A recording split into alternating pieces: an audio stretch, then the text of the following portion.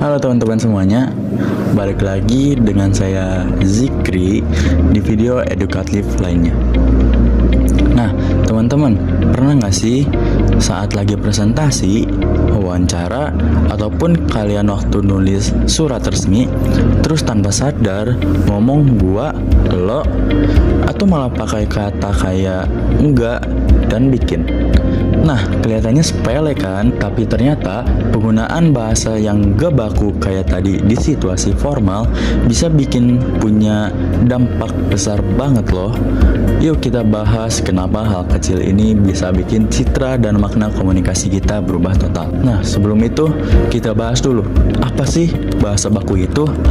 Bahasa baku diibaratkan pakaian resminya dari komunikasi, dipakai di konteks formal kayak surat dinas, rapat, ujian, karya ilmiah, atau pidato. Bahasa ini punya aturan yang jelas. Yang pertama, ejaannya harus sesuai dengan PUB atau EYD terbaru. Yang kedua, struktur kalimatnya harus rapi.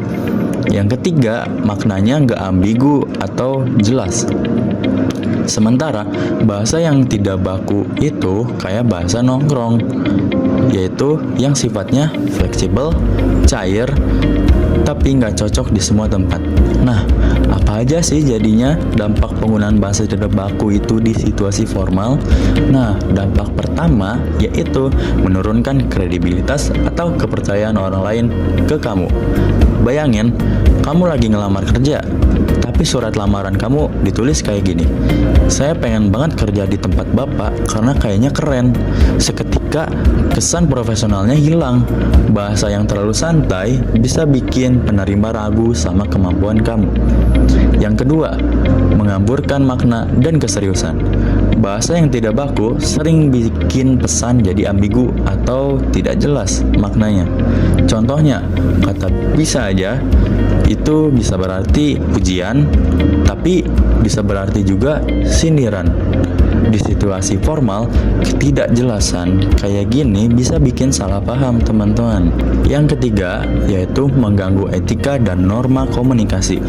Bahasa formal menunjukkan rasa hormat terhadap lawan bicara kita. Kalau kita pakai bahasa yang tidak baku, bisa dianggap kurang sopan atau tidak menghargai konteks, yang dimana dalam budaya Indonesia yang menjunjung tinggi kesantunan, hal ini tuh penting banget loh teman-teman.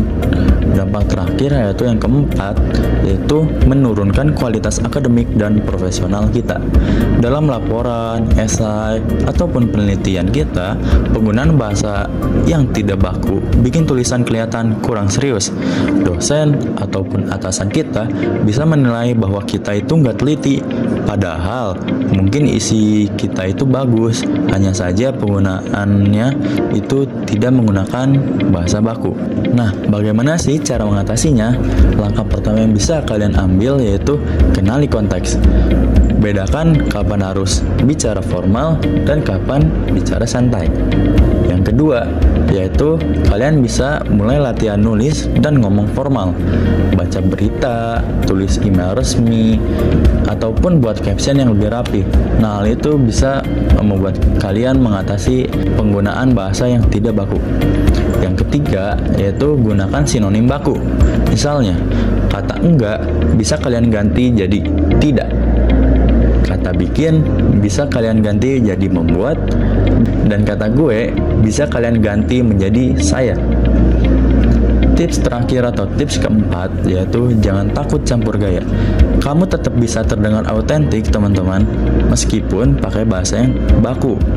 Kuncinya di intonasi dan ekspresi dari muka kalian, bukan dari kata-kata slang. Nah, bahasa itu cerminan dari pikiran kita teman-teman. Semakin rapi kita berbahasa, semakin jelas juga cara kita berpikir. Jadi, bukan soal kaku dan so formal, tapi soal menghargai konteks dan lawan bicara kalian.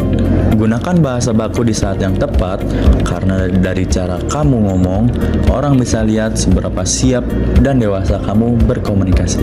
Sekian dari saya, sampai jumpa di video edukatif lainnya. Bye-bye.